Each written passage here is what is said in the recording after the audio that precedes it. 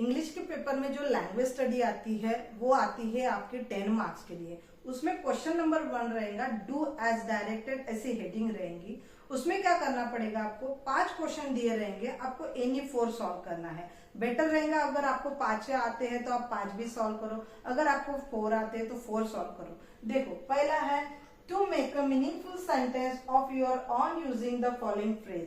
पहले क्वेश्चन में पूछा है कि आपको एक फ्रेज दिया जाएगा, वो फ्रेज का यूज करके आप अपने मन से कोई भी कंप्लीट सेंटेंस लिखना पड़ेगा। तो यहाँ पे फ्रेज कौन सा है, to set out. To set out का मीनिंग होता है एक तो शुरू करना, नहीं तो निकालना। तो शुरू करना ये हमारा फ्रेज है, इसलिए हम क्या करेंगे, वहां पे लिखेंगे yesterday my father set out to work very early in the morning. कल मेरे पापा ने जो काम चालू किया था वो कब चालू किया था, very early in the morning. मतलब क्या हुआ, शुरू किया। टू सेट आउट का मीनिंग फ्रेज हुआ यहाँ पे, तो उसका मीनिंग क्या हुआ, शुरू किया। जब भी आप लिखते हो कोई भी फ्रेज का वर्ड का यूज करते हो तो उसको हाईलाइट करना मत भूलो, क्योंकि वो प्रेजेंटेशन का एक पार्ट बन जाता है। देन है question number 2, punctuate the following sentence. आपको पंक्चुएट करना है। Are you listening, he asked. आपने, मैंने ये क्वेश्चन पढ़ा, देखो मैंने क्या बोला, आर यू लिसनिंग, आपने सुना, मतलब यहाँ पे क्या हुआ, क्वेश्चन अराइज हुआ। तो यहाँ पे आप उसके पीछे क्या दोगे, क्वेश्चन मार्क। ही आस्क्ड, उसने बोला, ही आस्क्ड, मतलब यहाँ पे क्या होगा, ये एक सेंटेंस अपने आप में कंप्लीट है। तो ही आस्क्ड के बाद आपको देना है फुल स्टॉप। बाद में देखो क्या होता है, इज एम आर से जो क्वेश्चन स्टार्ट होते हैं, जहां से वर्डिंग स्टार्ट होती है, तो वो कहाँ पे आएंगे, डबल इन्वर्टेड कॉमा में उसका यूज किया जाएगा। तो आर यू लिसनिंग, ये डबल इन्वर्टेड कॉमा में जाएगा, और उसके यहाँ पे क्वेश्चन अराइज हो रहा है, इसलिए यहाँ पे हम क्या देंगे, क्वेश्चन मार्क। ही आस्क्ड, ये एक अपने आप में कंप्लीट सेंटेंस है, इसलिए उसके पीछे क्या लगेगा, फुल स्टॉप। देन है question number 3, spot the error in the following sentence and rewrite it. आपको क्या करना है, एरर को फाइंड आउट करना है, और वो जो दिया वाला सेंटेंस है वो कंप्लीटली एज इट इज लिखना है। तो सेंटेंस क्या है, she has been ill for the some time. आपको रूल पता होंगे ना, तो हैज के बाद बीइंग कभी नहीं आता, तो बीइंग नहीं आता, यही आपका एरर है। स्पॉट किया मैंने, तो यहाँ पे क्या लिखोगे, she has been ill for the some time. ये आपका एरर, उसने आपको एरर फाइंड आउट करके आपको उसको करेक्ट करके लिखना है। देन है identify the types of sentence. आपको आइडेंटिफाई करना है कि सेंटेंस कौन सा है। I stayed at home because of the bad weather. मैं आज घर में ही रुका था क्योंकि आज का वेदर कैसा था, बैड था। यहाँ पे कंप्लीट ये सेंटेंस है, कोई ताकझाक नहीं है, कोई क्वेश्चन अराइज नहीं हो रहा है, ना तो कोई एक्सप्रेशन आ रहा है, कंप्लीट सेंटेंस है, इसलिए इसको बोला जाता है सिंपल सेंटेंस। सो दिया वाला जो सेंटेंस है वो आपका क्या है, सिंपल सेंटेंस है। देन है question number 5, write the 2 present participle in which the last letters are double।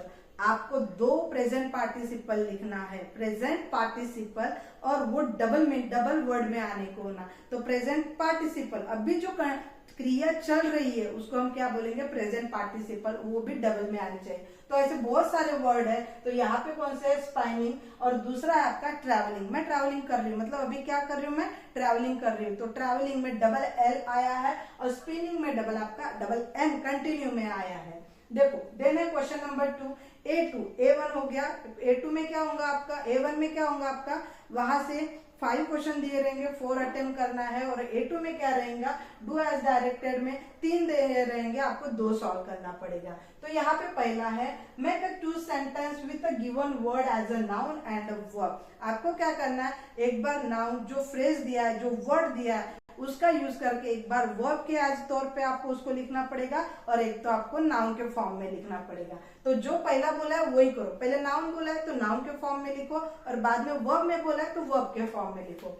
तो नाउन के फॉर्म में फाइट का यूज कैसे होगा, there was a fight between my friend and his partner for no good reason. उनके, मेरा friend और उसका पार्टनर आपस में झगड़ रहे थे क्योंकि कोई रीजन, कोई गुड रीजन नहीं था। ये किस चीज के ऊपर हमने यूज किया है, नाउन के ऊपर। अभी वर्ब में, तो वर्ब में क्या होता है, वर्ब में क्या होगा, क्रिया। तो क्या क्रिया चल रही है, some people always fight for their rights. बहुत सारे लोग हैं जो अपने राइट्स के लिए लड़ते हैं, और अपने राइट्स के लिए लड़ना बहुत अच्छी बात होती है। देन है question number 2, she bought a table with a glass of top. आपको क्या करना है, राइट बीइंग विथ अ, ये एक सेंटेंस दिया जाएगा लेकिन आपको एक वर्ड दिया जाएगा, उसमें आपको क्या करना पड़ेगा, वो वाले वर्ड से आपको उसकी स्टार्टिंग करनी पड़ेगी। तो उसमें क्या है, अ टेबल विथ, और टेबल विथ से आपको स्टार्टिंग करनी है। तो क्या होगा, अ टेबल विथ, बाद में देखो यहाँ पे बोला अ टेबल विथ, यहाँ पे भी आया टेबल विथ, विथ के बाद में क्या है आपके पास, विथ के बाद है अ ग्लास ऑफ टॉप, तो लिख दो अ ग्लास ऑफ टॉप। बाद में बॉट, ये सेकंड है, तो यहाँ पे क्या लगेगा आपका वॉज, और वॉज है, बाद में लगाओ बाय, और शी का क्या होगा हर, और दे दो फुल स्टॉप। देन है every student wrote all the answer correctly. आपको क्या करना है, present perfect tense. What is the formula of present perfect tense, क्या है formula, subject plus has plus have, verb का थर्ड फॉर्म और आपका ऑब्जेक्ट। तो देखो एवरी स्टूडेंट, हैव तो नहीं लगेगा, एवरी स्टूडेंट हैज, रोट का थर्ड फॉर्म होगा आपका रिटन, और बाद में आपका जो भी आंसर रहेगा, जो भी ऑब्जेक्ट रहेगा वो आप लिख लो। देन है क्वेश्चन नंबर A2 का भी, डू एज डायरेक्टेड एनीवन, आपको एनीवन करना है, दो में से एक कोई भी। तो देखो I knew that I must tell this man the truth. आपको क्या करना है, यहाँ पे पिक आउट द क्लॉज, और आपको बोला है कि उसका देयर काइंड्स भी बताना है। तो जब भी क्लॉज की बात आती है ना, कोई भी एक सेंटेंस अपने आप में कंप्लीट होता है तो उसको बोला जाता है मेन क्लॉज, और मेन क्लॉज के बाद जो भी पूरा पार्ट्स बचता है तो उसको बोला जाता है subordinate clause. This is the easy and simple tricks. तो देखो यहाँ पे आई न्यू, मुझे पता है, मुझे नहीं पता उसको क्या पता है, लेकिन आई न्यू ये कंप्लीट अपने आप में सेंटेंस है, इसलिए उसको बोला जाता है main clause. Then main clause के बाद जो भी पूरा एक पार्ट बचता है उसको बोला जाता है सबऑर्डिनेट क्लॉज। हो गया।